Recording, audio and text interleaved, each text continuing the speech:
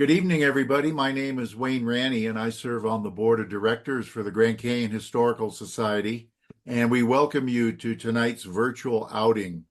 This is a program that we do every single month, and tonight we're pleased to have Davy Crockett presenting to us about early rim-to-rim guides in the Grand Canyon. We know that we have a lot of Davy's fan club that have joining us and maybe aren't familiar with the Historical Society, but the Grand Canyon Historical Society, our mission is to celebrate and promote the study and preservation of the Grand Canyon region's cultural and natural history for the education and enjoyment of its members and the public. And just last year in 2024, we celebrated 40 years of existence when the society was started by some pioneer members of Grand Canyon Village. We encourage you to become a member. Our dues are only $35 a year. We are an all-volunteer organization, and we're hopeful that many of you can join us so that we can continue to expand all of our activities like these virtual outings and in-person outings and our tri-annual history symposiums. If you do become a member, you'll get 4 issues in the calendar year of the Old Pioneer magazine, which has a lot of history articles about the Grand Canyon and the Grand Canyon region. So we do these virtual outings. We conduct tours at the South and North Rim, and you can find it on our website. Our website is very easy, grandcanyonhistory.org. And if you're around, actually, this is going to be on Tuesday, the second Tuesday in February. Harvey Leak, who is a Grand Canyon Historical Society member, author, and historian, will present about Kenton Roosevelt's Grand Canyon adventures. And in 1913, Teddy Roosevelt came back out for his second journey to Grand Canyon and brought his 15-year-old son, Quentin. Harvey Leak gave this presentation at one of our symposiums, but he'll be expanding on the story. So for our virtual outing tonight, early Grand Canyon rim-to-rim guides, it's going to be excerpts from Davy's recently published book, Grand Canyon Rim-to-Rim History. And today, thousands of people make the pilgrimage to experience the journey across the canyon's great expanse from rim to rim, and that's become a big thing. So Davy is from Saratoga Springs, Utah. He's a veteran ultra runner, historian, and author. He has hiked more than 1,000 miles in the Inner Canyon, and he's done all of this only since 2005. Davy is the recognized historian for the sport of ultra running and has produced the Ultrarunning History podcast for the past 7 years. It's my pleasure to introduce to you tonight our speaker, Davy Crockett. Thank you. Great to be here, and nice to see a lot of my friends here. And I really hope you do join the society. It really helps us out. Okay, let me share my screen. Let's see.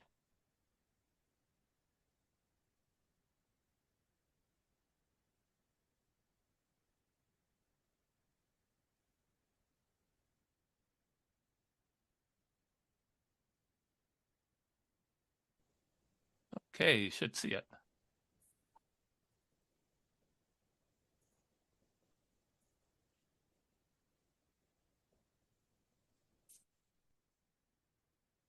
Okay, a couple of years ago, I did publish my book, Grand Canyon Rim-to-Rim History, and it was a multi-year effort going through thousands of newspaper articles that are now online and collecting stories of people in people's own words. So it's a little bit different. It's not as stringent a history. It's really a history of the people who came to the Grand Canyon and their experiences traveling across the canyon, some more than 100 years ago. And my primary motivation for writing the book was to help hikers and runners going rim to rim to have a greater respect for the canyon and appreciate its history. But it also presents some canyon history never been told before. So for this presentation, I pulled out of the book some stories, including 2 individuals that made a difference in the lives of youth who hiked into the inner canyon: Thomas Curitan and Charlie Thornton. Most of you probably have never heard of them before. And for those of you who have been down in the inner canyon, I hope you enjoy these stories about the places that you have been. Guides have made a significant contribution over the decade to those who experience the inner canyon. Even before the establishment of the national park in 1919, early guides were indispensable to prospectors, hunters, and tourists that dared to descend on it was still primitive trails and traveled rim to rim. So first, let me tell you briefly about a few guides employed at the canyon. Early guides were a combination: mule skinner, tourist guide, and entertainer. At the original Bright Angel Hotel in 1902, after a long day on the trail, William Bass and John Hance would tell their tales in the evening to crowds of guests in the reception room. One man described the end of a long day. There was a crush at the Bright Angel Hotel in the evening. Over 100 people were there for dinner. After dinner, the party took possession of one of the long dining room tables and gathered around to listen to William Bass narrate something of his experiences and observations in the canyon. I wish I could have listened. Hance was employed to tell his yarns at the hotel for $25 per month. Another guest said of him, "He is a teller of marvelous stories of impossible occurrences, which he narrates with such realistic effect as to create the impression that he thoroughly believes them."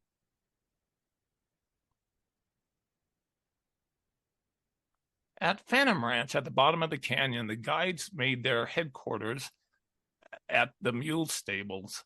The number of guides varied with the size of the tourist parties, and usually one guide was assigned to 10 travelers. Shorty Yarberry, a Texas cowhand, arrived at the canyon in 1919, and he became a famous character. He worked for decades as a guide. He would ask the women visiting Phantom Ranch to teach him how to dance. A lady named Gertrude said, "You are a good dancer. You are light on your feet. Just keep it up."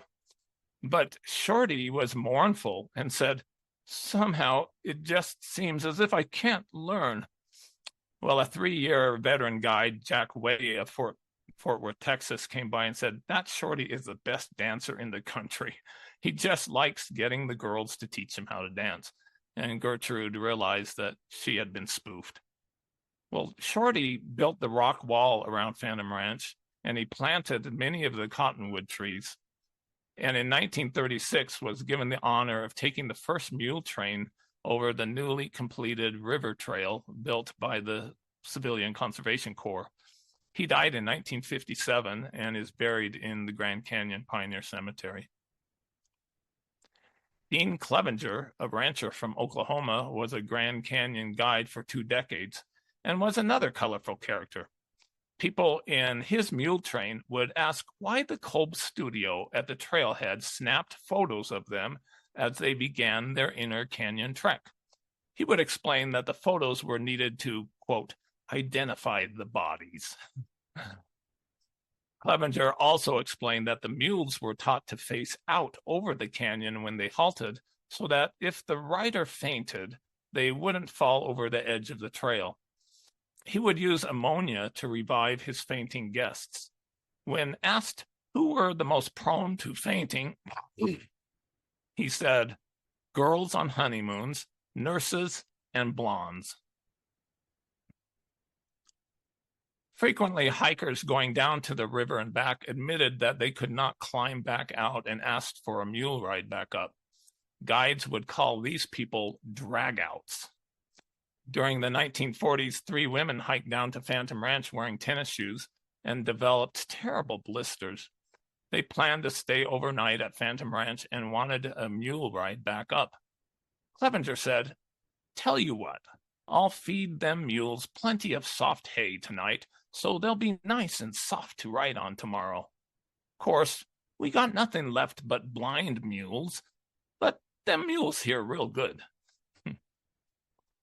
Some of the greatest guide contributions to the canyon were accomplished by people who were not employed to be guides. Thomas Curitan of nearby Williams, Arizona, was a significant Grand Canyon rim-to-rim contributor. Through his selfless service in the 1920s, he passed on the love of the inner canyon to a generation of youth who lived at the doorstep of the canyon. He was originally from Missouri, taught school in Montana, and received a law degree at the University of Kansas. He also studied at Harvard.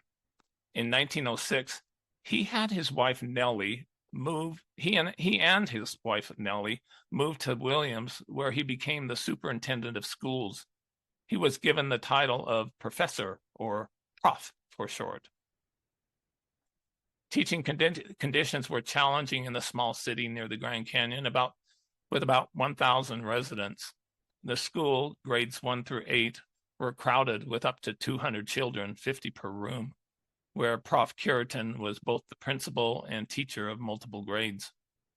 The school was built in 1894 and expanded in 1900, and during his first year there, another needed addition was built, expanding the classrooms, completed in 1907. In those early days, to get to the Grand Canyon by horseback, train, or automobile, you went through Williams, which is the closest town. They didn't yet have the road up around from Flagstaff to get there, so you always went through Williams. And Williams had been mostly devoid of trees, and Curitan started a multi-decade effort to import and plant trees across the city. Many of the old trees today were because of his efforts. As principal, Prof. Curitan was not timid about doing unusual things to spark the interest of his students. As snow started to fall, he constructed a toboggan slide 80 feet long in the schoolyard for the 8th and 9th grade boys. It was so popular that lanterns were put up around the slide on the first night, allowing them to slide until a late hour. Boys would get to school early and slide until the school bell sounded. The girls asked for a similar slide to be constructed for them. Attendance at the school dramatically increased. Prof. Curitan soon introduced an athletic club at the school. He was a strong advocate for sports, especially basketball. Early in 1912, as the school children were still on winter break, the Williams School building burned down from a chimney fire. Water pipes were frozen, making it impossible to save the building. It was written, "The peal of the old school bell is hushed." Prof. Curitan worked hard to save the school year.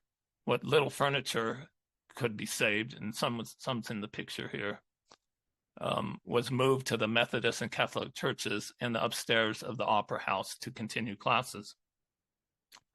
Thanks to his lobbying efforts, within a month of its burning, a new school was planned to be built. The new, larger school was completed in only 8 months, ready for the next school year.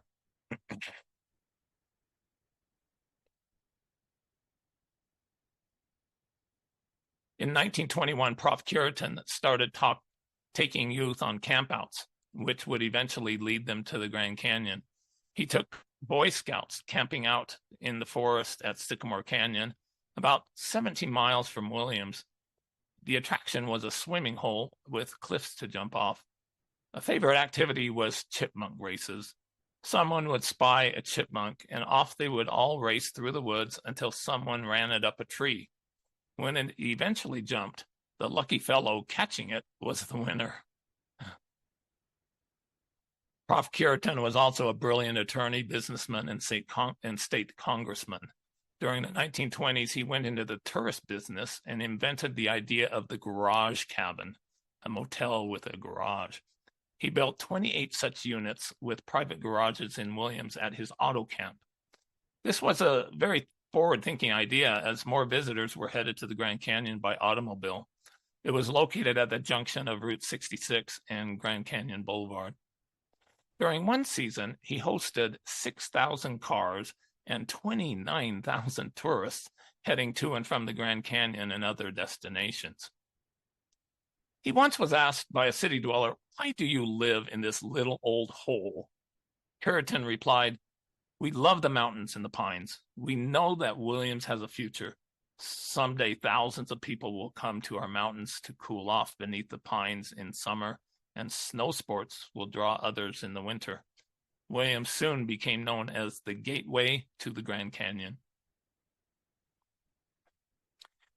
In 1924, 100 years ago, Prof. Curitan, age 48, started bringing youth groups to the Grand Canyon to experience a double crossing to the North Rim and back on foot and camping in rugged open-air conditions.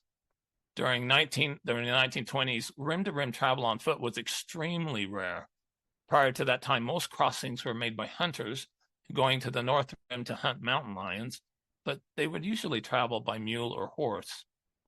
The distance for a single rim-to-rim crossing at that time was about 27 miles, and a double crossing about 54 miles.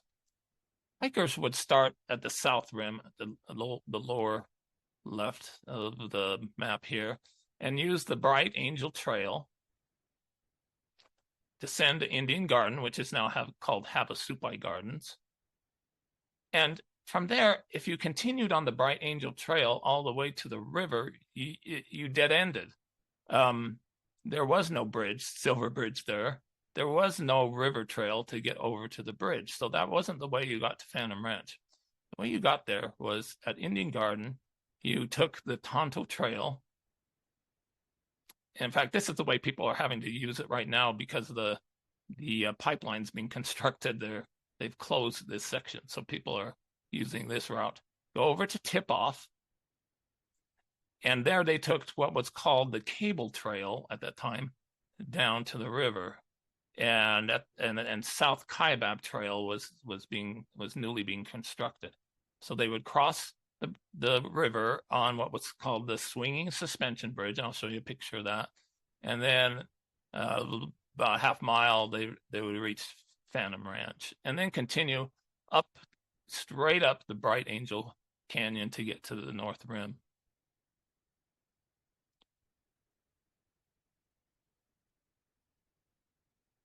So, and as they went up to the North Rim at Bright Angel Canyon, they had to cross. There wasn't a nice trail like there is today. They would have to cross Bright Angel Creek nearly 100 times, if you can imagine that, for people who've done this before. It was extremely difficult and rugged, and a much longer hike than compared today. But these people did it.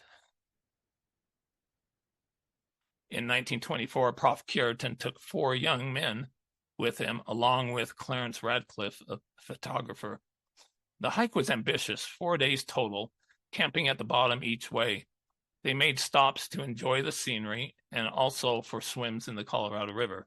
Now, they didn't have the dam, of course, upstream, so the water was quite a bit warmer and shallow during the summer months.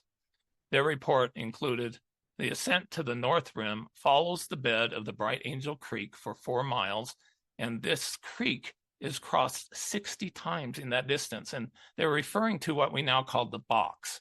The box is a kind of a narrows for about 4 miles, and they said they had to cross the creek 60 times during that stretch.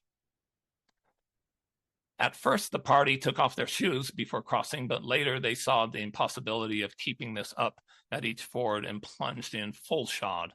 The stream was about 18 inches deep and very swift.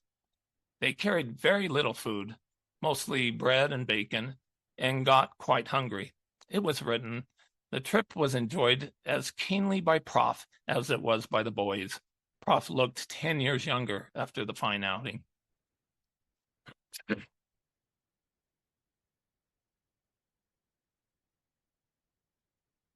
In 1925, Prof. Curitan led 2 more youth groups to experience a double crossing. His first group that started down Bright Angel Trail in June 1925 included 7 young women, ages 16 to 20, 3 ladies, and 3 men. They planned for a 10-day double crossing on foot. Each member carried a knapsack with only 1 blanket, a tin plate, a spoon, a canteen, personal items, and enough food for 10 days. They camped in the open. The ladies' packs weighed 10 to 15 pounds, and the men carried 30 to 35 pounds. On the first day, they descended 3,000 feet and 7 miles, passing through Indian Garden, or Havasupai Gardens, and they continued for a couple miles and stopped on the Tonto Trail. They said, "After supper, we spread our blankets in the sand and gravel for the first night out. The girls sang us to sleep." The next day, they hiked east on Tonto Trail to Tip-Off, down the nearly completed South Kaibab Trail, and crossed over the scary swinging suspension bridge that was constructed in 1921. That bridge couldn't be used when it was very windy. In fact, a few times it actually turned upside down, if you can imagine. So it was not very stable and pretty scary to go over. They camped for the second night north of the New Phantom Ranch. Prof wrote, "The temperature was fierce. We all took a plunge in Bright Angel Creek." The next section of their hike was the toughest. Hiking up Bright Angel Canyon, they would wade across the creek 37 times in 2 miles, and the water was cold and swift, and in places 2 feet deep, with round, rolling, slick boulders on the bottom. So picture all these girls and women bringing them into this wilderness, no way to get out, and somehow they made it. They camped near Ribbon Falls, where they played the next morning. The following night, they camped under some oak trees along Bright Angel Creek, above the confluence with the Roaring Springs Creek. So the way it worked is, they went straight up the canyon. They did not yet have the North Kaibab Trail, which actually goes up this canyon. Roaring Springs Canyon is what we go up today. So the old Bright Angel Trail, that some people still try to use, it's very rugged, is what they used in those days. So 2 days later, they reached the North Rim and went up the old Bright Angel Trail, and the new North Kaibab Trail on Roaring Springs Canyon was actually under construction at that time. It was cold on the North Rim and looked like it would rain. They reached Woolley's cabin 30 miles from the start of their hike. Some cowboys who were there loaned the group some tents, but it was so cold that by 3 a.m., most of them were huddled around a large campfire, wrapped in their blankets, trying to keep warm. They improved their sleeping conditions and spent 3 nights camping on the North Rim. During the daytime, they counted 100 large deer within 2 miles of the camp. Their favorite time was in the evenings. They wrote, "The campfire songs and stories were a scream. Among the activities was a successful snipe hunt." I didn't know they knew about snipe hunts back then. So that snipe hunt prank duped outdoor rookies to hunt for an imaginary creature with an empty bag, and that prank started clear back in the 1840s. So Prof Curitan also taught the group to sing the English folk song, "The King of the Cannibal Islands," the King of the Cannibal Islands, and that was one of their favorite songs that they would sing. On the return trip, Prof Curitan killed a large rattlesnake near Ribbon Falls, but didn't tell the girls until the next morning, for fear that they wouldn't be able to sleep that night. On the next day, he took them up to view the granaries near Upper Ribbon Falls. The rest of the journey back went well, and they successfully reached the South Rim, where their cars were waiting for them. They wrote, "The 9-day trip camping in the open will long be remembered by every member of the party." Word of Prof Curitan's Grand Canyon expedition spread throughout Arizona. The News wrote, "Prof is gaining fame rapidly for his fine ability as a hike master and for the wonderful localities he picks as his destinations." 2 months later, in August 1925, he led another group comprising of 11 boys. All were required to furnish a knapsack, canteen, army blanket, and personal effects for a pack of about 20 pounds. It was very hot. On the way down, they would take off their shoes several times to cool down their feet and prevent blisters. They crossed the river on the swinging suspension bridge and camped at the confluence of the Bright Angel Creek and the Colorado River on a sandy beach, which they called Little Sahara. There, they cooled off by swimming. They spent the evening singing songs as Prof played tunes on his harmonica. Their activities differed a bit from the girls. They challenged each other but to throwing contests, blanket tossing, whatever that is, and killing rattlesnakes along the trail. They counted 37 creek crossings before reaching Ribbon Falls, where they camped, finding shelter from a storm in the overhanging cliffs and caves. The next day, they reached the North Rim via the old Bright Angel Trail and camped near Woolly Cabin. And while on the rim, they went exploring, visited Bright Angel Point and Wiley Way Camp. And that was an automobile camp on the North Rim that was established as cars started arriving. And they also counted deer in the forest. They always counted deer. They camped on the rim and had a hard time staying warm during the night. On their return trip the next day, they made good time and reached the river by early afternoon. They spent the rest of the day in throwing contests and blanket tossing. While heading up to the South Rim on the Tampa platform the following day, they killed a rattlesnake and camped at Havasupai Gardens. Before noon the next morning, they arrived at the top and gave a huge ovation and cheers to Prof. Curitan, showing their appreciation for the wonderful trip. They wrote, "There were no sad incidents, only a few blisters."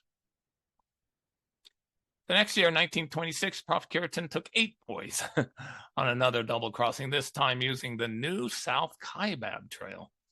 They camped the first night on the sandy Colorado River beach, and at Ribbon Falls, he got them to clean up by taking a shower bath under the falls. The Park Service had been improving the trail up Bright Angel Creek, and they counted only 24 creek crossings. At Cottonwood Flats, with great excitement, they killed a large rattlesnake. You know, I've run 1,000 miles in the Grand Canyon. I've never seen a rattlesnake. I think they killed them all in the 20s. So they took its rattler and reached the North Rim by dusk. On the cold North Rim, they built a huge bonfire. It was reported one of the pine needle beds caught fire from the sparks about midnight, furnishing yet a variety of thrill. After extinguishing the blaze, the crowd wrapped themselves in blankets and lay as close as possible to the fire until dawn. So at Bright Angel Point is where the Wiley Way camp was, and they purchased food there, which was much better than they had in their pack. And so on their way back, they went back down the canyon. They fished in Bright Angel Creek, and one night they had to move their camp because, quote, they were driven out by scorpions. The journey was enlivened by almost constant singing, the favorite selections being A Long, Long Trail and The King of the Cannibal Islands. The boys found it interesting to listen to the various echoes along the trail and count the number of echoes. In July 1928, Prof. Curitan led his 4th such expedition, and this time with 8 boys and girls, including his son Carl. One of the girls wrote a detailed account of her trip in a letter to a friend in Canada who had it published in the Canadian newspaper, and I was thrilled to discover that letter up in Canada. And so a lot of details was provided that I'll share. So Prof led the group down the new South Kaibab Trail, and he played his harmonica as they went down to the tune of Marching Through Georgia. And the young lady wrote, the brilliant colors of the rocks stood out plainly in the clear sunlight, and it was altogether restful and inspiring. Our first view of the river was wonderful. It seemed to be just a muddy band of water, but we could hear the roaring and tumbling of the water as it rushed over the rocks on the way to the Gulf. And for those of you who've been down there, we've all experienced that thrill of hearing that for the first time.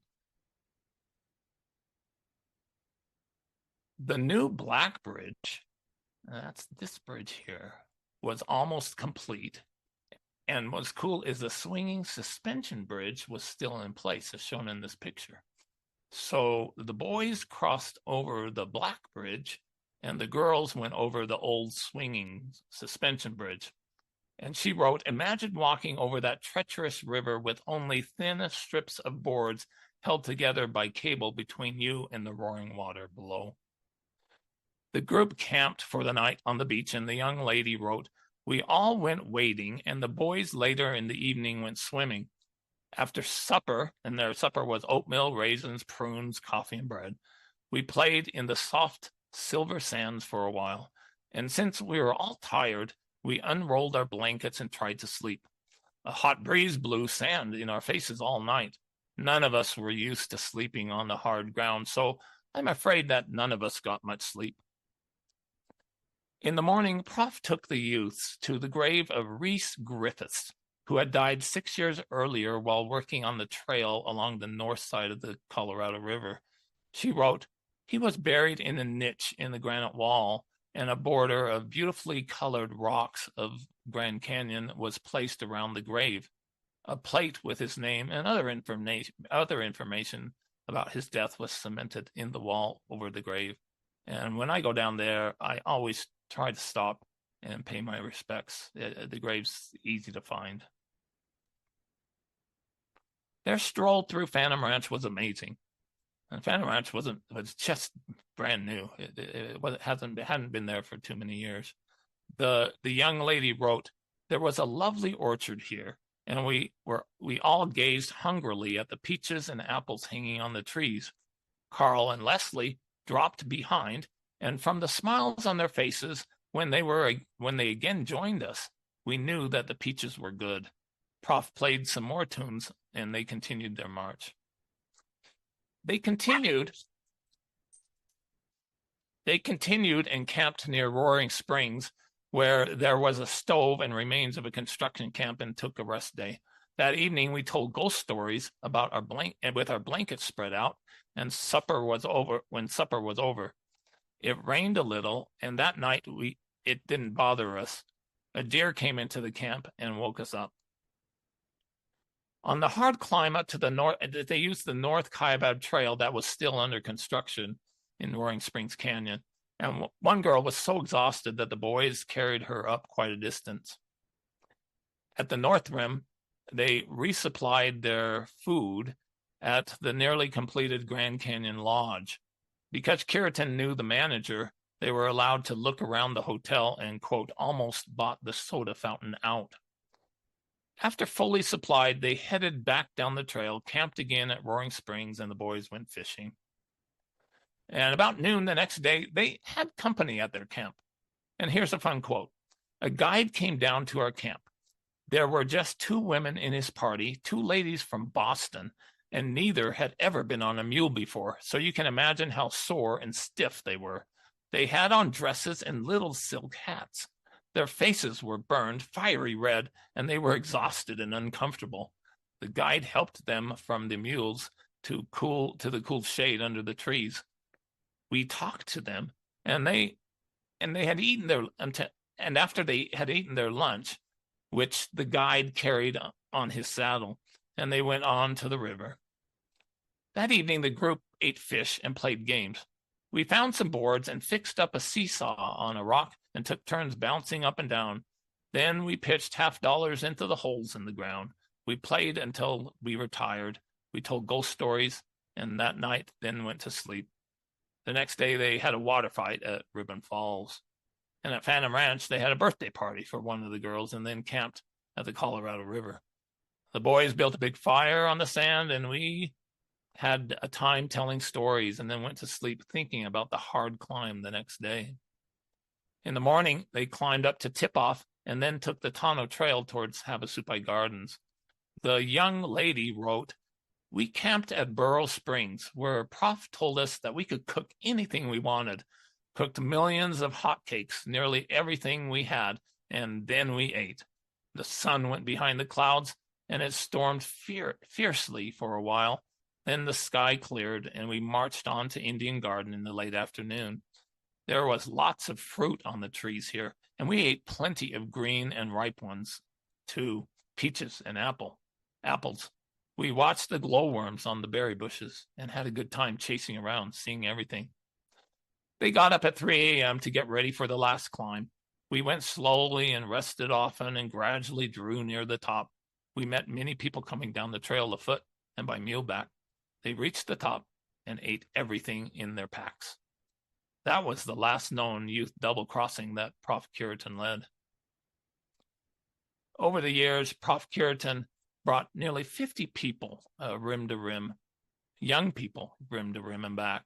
And as he reached his mid-50s, he would take his sons and grandsons on several backpacking outings, exploring remote canyons coming down from the North Rim. He retired from teaching when he was age 65, and then he fished a lot at Lake Mead and spent occasional winters in California.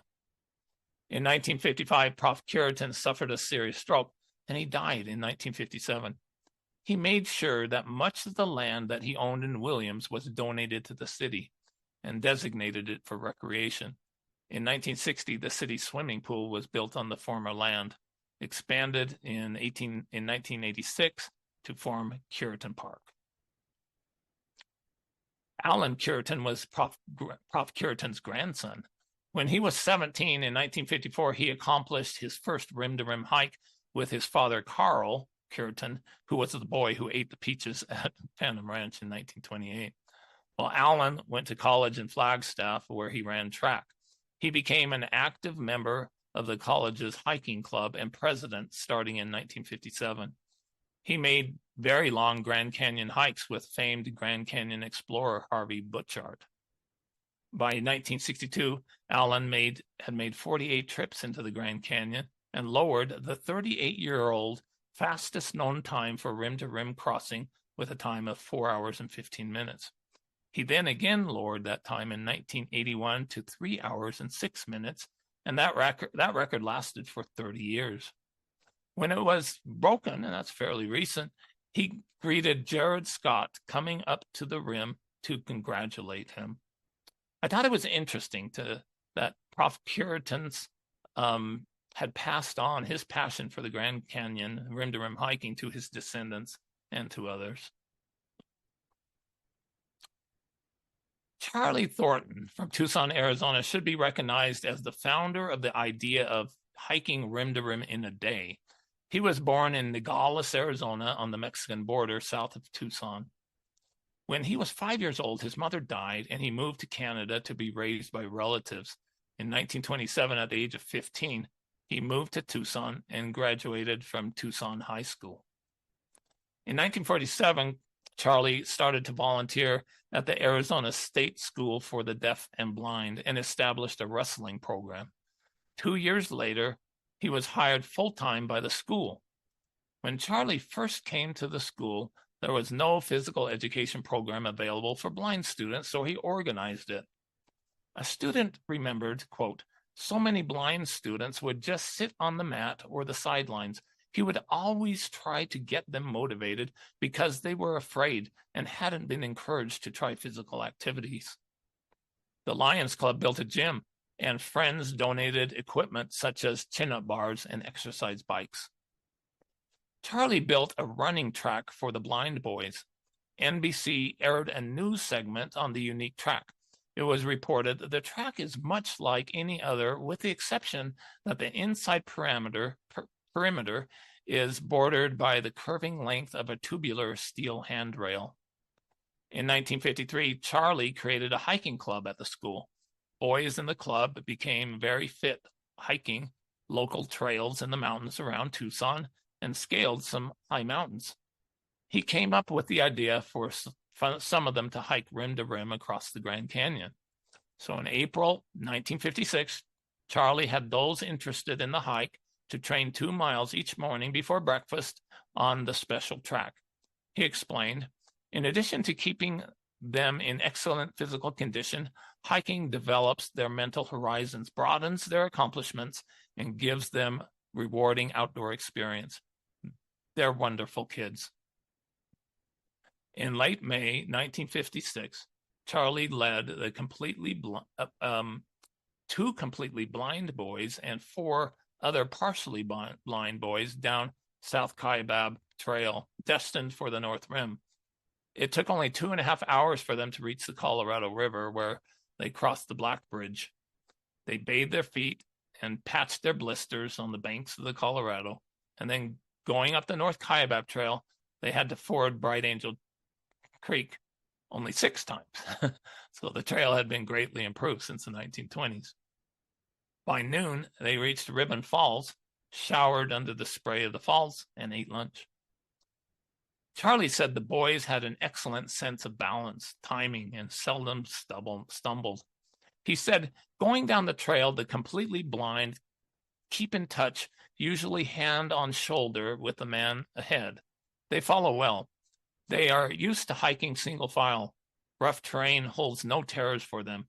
If the path becomes unusually difficult or hazardous, the leader sings out and the blind place both hands on the hips of the man ahead. Climbing up was more difficult, and they used a rope. Here the leader fastens a rope around his waist, extending back on either side. The boys line up between the ropes. Then they grasp the ropes with each hand, skillfully respond to any command or movement of the leader.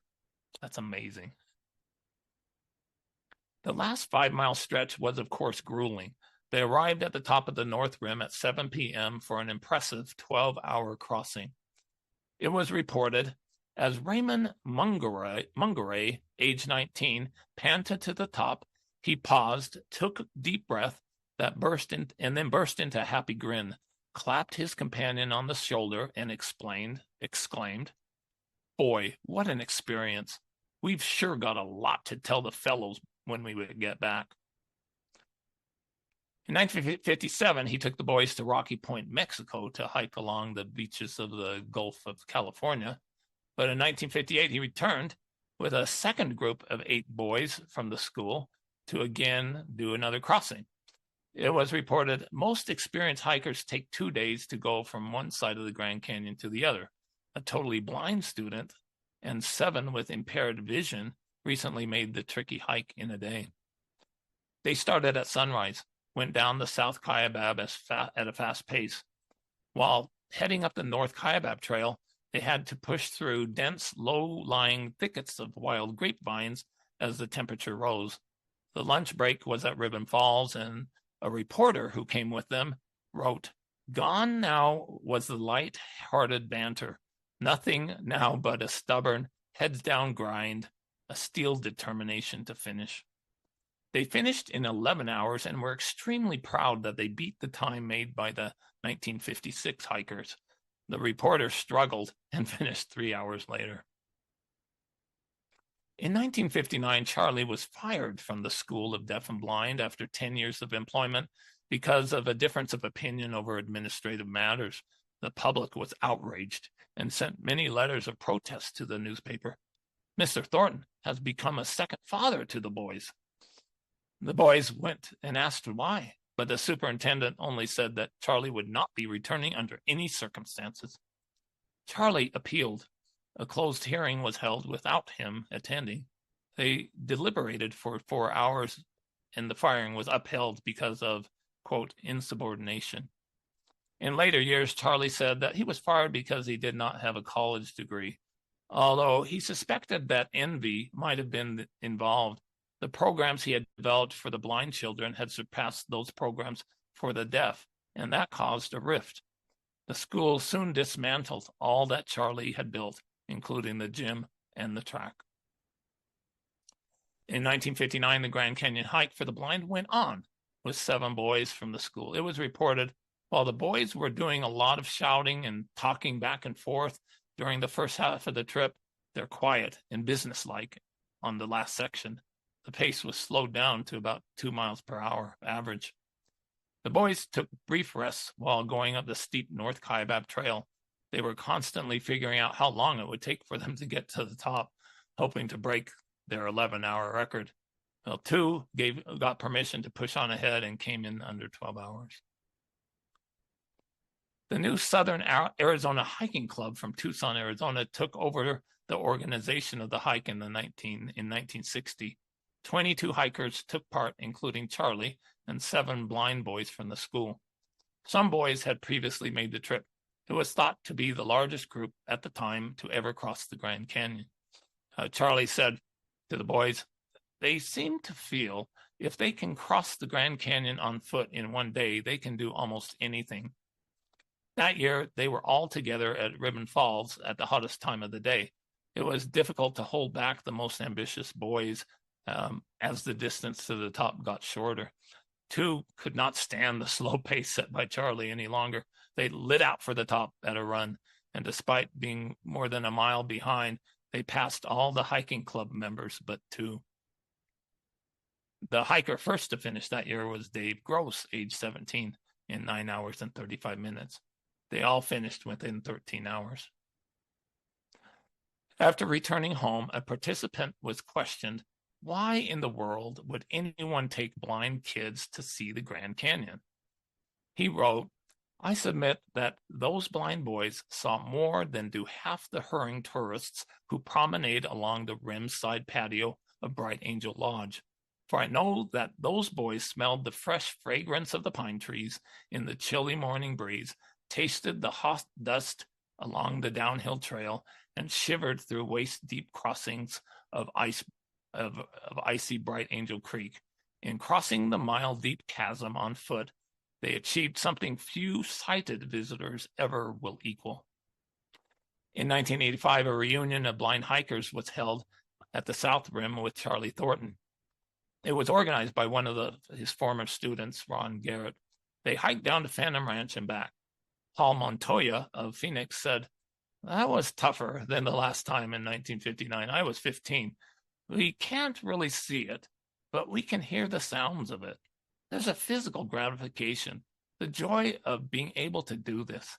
It means a lot to us when we were kids." In 1992, a reunion of the first group of blind rim-to-rim hikers was held in Tucson, Arizona. A reporter wrote, "Ghosts of bubbly teenage boys hiking across the Grand Canyon danced across the memories of about 30 people who gathered. Charlie, age 80, who had recently gone through heart surgery, was honored.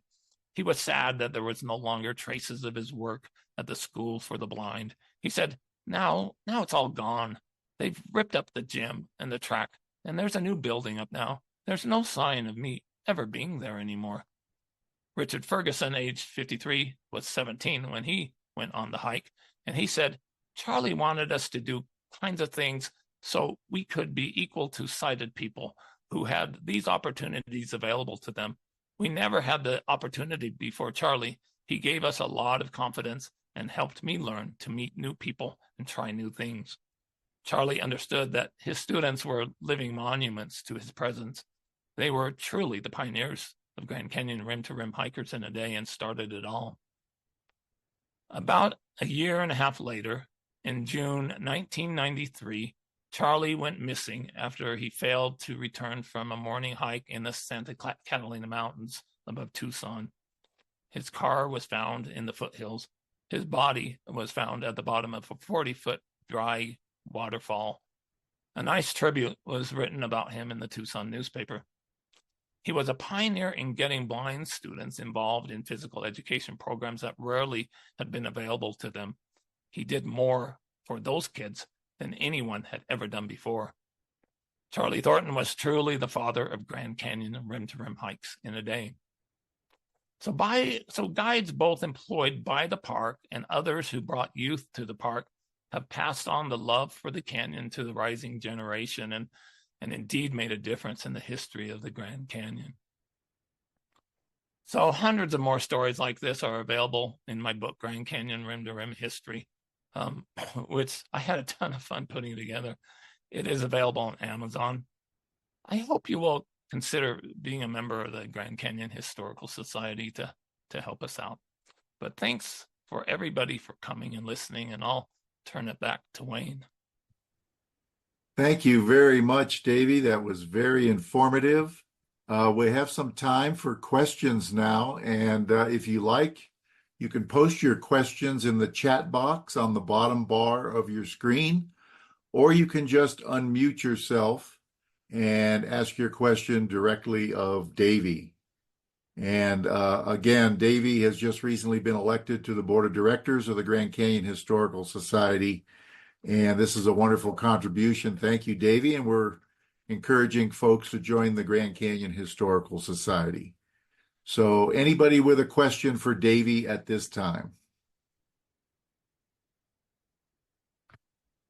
Okay, we have one in the chat box here. And the question comes from Harry Dallas. What was the altitude range of the hikes? Well, the North Rim is about 1,000 feet higher than the South Rim. Wayne, what's the rim altitudes? Right there at the North Rim Lodge, it's 8,200 feet above sea level. At the Bright Angel Trailhead, it's 6,800. And out at the Kaibab Trailhead, it's about 7,000. And then down at Phantom Ranch? Phantom Ranch is 2,450. Okay, so I've done it many, many times. So it's very much like going up a very high mountain backwards. I mean, you go down and then come back up. And so that's what makes it so hard. The other thing that makes it so hard is a lot of people make the mistake and try to do it in the summertime. And I bet, Wayne, you've rescued a lot of people who've tried to do that. Yeah, that's a full-time job for the Rangers in the summertime with people coming down into that heat. It's about 30 degrees warmer on average at the bottom at any one time than it is up at the North or South Rim. From Helen Ranny, we have a comment. Nice job, Davy. I enjoyed your presentation and learning more about rim to rim. Helen does that quite a bit. Beth Cook says, thank you, Davy. Very interesting. Marshall Ulrich, thank you, Davy and the board. Love hearing some of the history of hiking the canyon and the interesting people who did it. Marshall's a legend and has gone all over the world. Okay. Yeah, Sahara Desert, all over the world. He's fantastic. I'm glad he joined us tonight. From Brian Blue, a former board member of the Grand Canyon Historical Society. Are blind students still being taken on trips? I think the School for the Blind and Deaf in Phoenix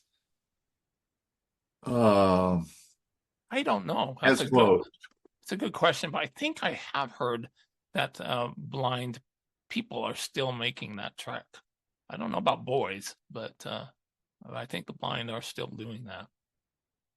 Yeah, there are quite a few like warrior outfits, people that have been injured in wars overseas that are doing river trips and hikes in the Grand Canyon. So I think there is some of that going on a smaller scale.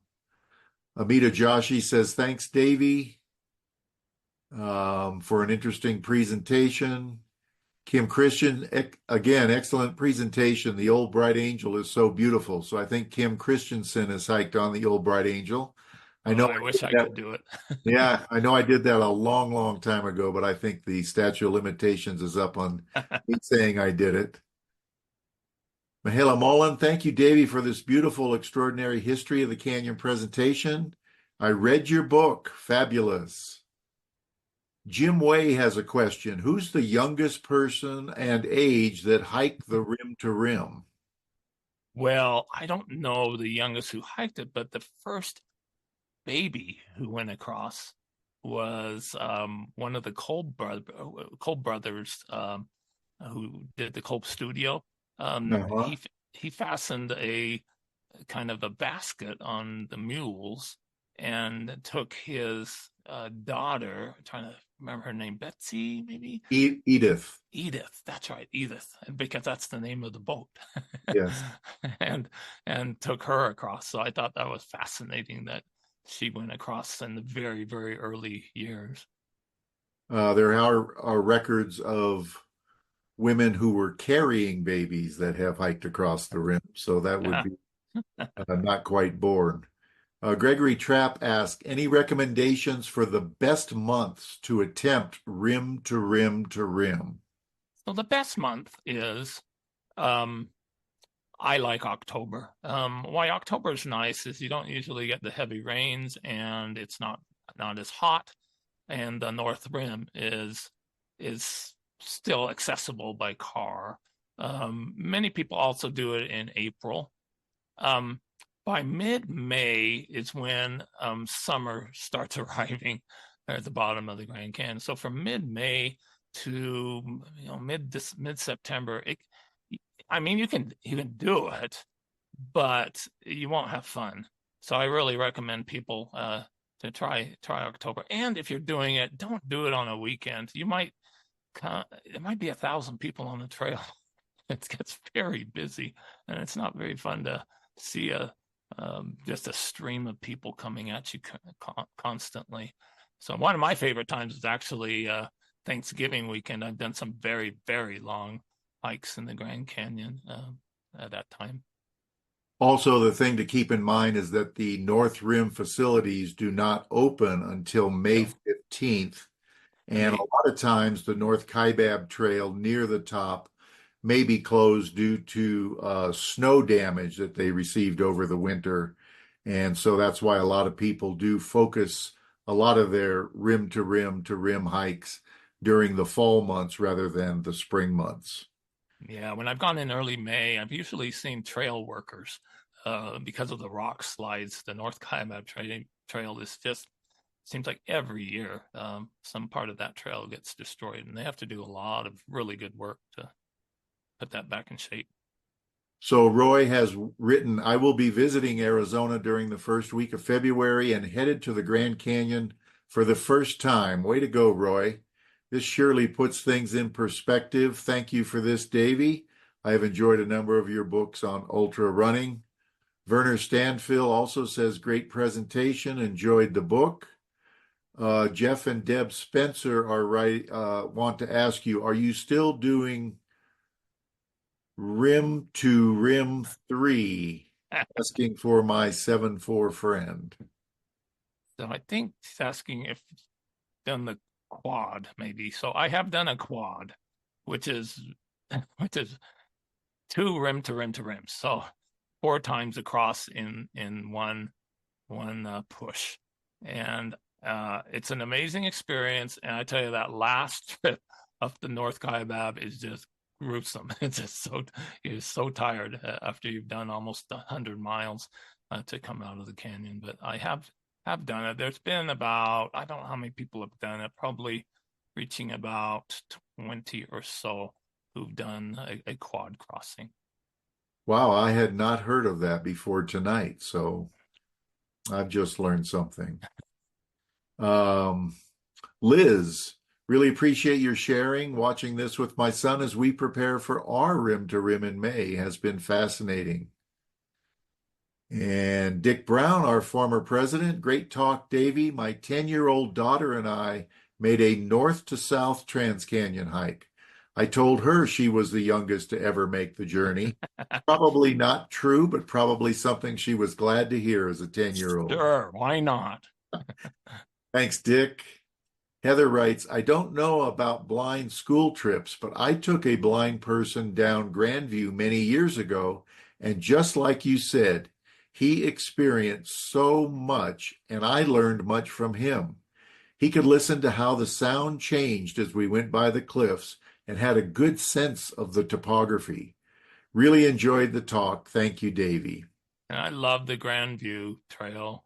After I don't know, a dozen rim to rim to rims, I finally decided I needed to get in the backcountry. And so I've done a lot of long hikes along the Tonto Trail. In fact, one time I did almost the whole Tonto Trail in a day, a little over a day, and it's an amazing, amazing experience. And Juan is also thanking you so much. Rim to rim to rim is on my bucket list. He's again asking what month would be the best to attempt this. I think we decided sometime in October or Thanksgiving. Any additional info or links would be appreciated. And he also has your book, and he has 8 total, and we'll get the rest of them soon. Tim Hardy, thanks, Davy, for the excellent historical presentation and all your work publishing on the history of ultra running. Gordon Ryder, I've done 4 rim to rim to rim hikes, and all were in May. The days are long and not too hot. Yeah. So I assume that Gordon probably did that when the trail opened right on May 15th. Of course, you don't starting at the South Rim. yeah, you If don't have to go to the lodge. You can stand on the North Rim and then just. So the very first time I did a rim to rim to rim was in 2005, and it was mid-May, but it was a heavy snow year, and I did a solo, and it was an amazing experience. But when I got to Roaring Spring, I have never seen the water just pour out of Roaring Springs in just a dozen caves. It was an amazing thing. And when I got up to the North Rim, there was like 3 feet of snow up there. I was just stunned. So you never know what you're going to get when you go. Okay. Yes, there is a comment here about the introduction that we had, and it said that the next virtual outing would be on March 11th. That was a typo on that slide. Our next virtual outing is actually on February the 11th, and at that time we will have Harvey Leak, who's a direct descendant of John Wetherill and the famous Wetherill families of the American Southwest. And he's going to speak about Quentin Roosevelt's first trip to the Grand Canyon. So we typically have our virtual outings on the second Tuesday of every month. Next month on February 11th, join Harvey Leak to speak about Quentin Roosevelt when he came with his father, the famous President Teddy Roosevelt. And I guess it's fascinating. They did a crossed rim to rim to go hunt mountain lions, and they left some really amazing details of that. And so I know I was fascinated when I heard a version of that, so I'm anxious to hear that again. Yes. This is Tom Sulpizio. I just wanted to add, Wayne, that Davy has committed to giving another talk later this year. So we haven't fixed the date, but based on the outstanding attendance at this talk, maybe we can have Davy sooner rather than later. Yeah, I'd be happy to do it. It's fun for me. It's a lot of fun. And what I think I'll do is talk about Phantom Ranch, the early years, and I'm talking in the 1920s. And I found some things that I think a lot of people, even in the society, has never heard before. Some of the history of that interesting place. So I think it's a lot of fun. Great. Get ready to hear about pack rats. We'll take one last question from Stephanie, and she's asking, if you're jogging or running the trails, do you ever fall or trip on the loose rocks? Very rarely, but I remember once running down from the North Rim. When I fall, it's usually when I take my eyes off my feet and look at people coming towards me. And then I fall, and I'm very embarrassed. I try to get up, act like nothing happened. And once they get out of view, then I try to look, see if I broke anything or got anything. But no, I never felt like I've been in danger. When you're an ultra runner with thousands and thousands of miles on the trails, you get very good about your balance and able to go on very, very technical trails. And I run on the Wasatch Mountain trails that are very rocky and technical. Great. And another last thing from Dina. And for those of you that are looking for more information on Rim to Rim, she is saying that for those interested in Rim to Rim, you may follow the very good Facebook group called Grand Canyon Hiker Dude. And she says a silly name for a serious group and an excellent podcast. Yes, so, I just joined that. As I just want to remind everybody that the Grand Canyon Historical Society has recorded this presentation tonight, and it will be up on our website very, very soon, grandcanyonhistory.org. And you just go to virtual outings, you will see a link for this and all of our previous virtual outings. They're wonderful resources about the history of the Grand Canyon region. I want to thank our speaker, Davy Crockett, my co-host, Tom Solpizio, many of our members attending tonight, and for those of you that are tuning in for the first time to our virtual outings, thank you for joining us, and we hope to see you again and becoming a member. Thank you, everybody, and good to see any friends. Even some of my kids came. Fantastic. All right. Good night, everybody.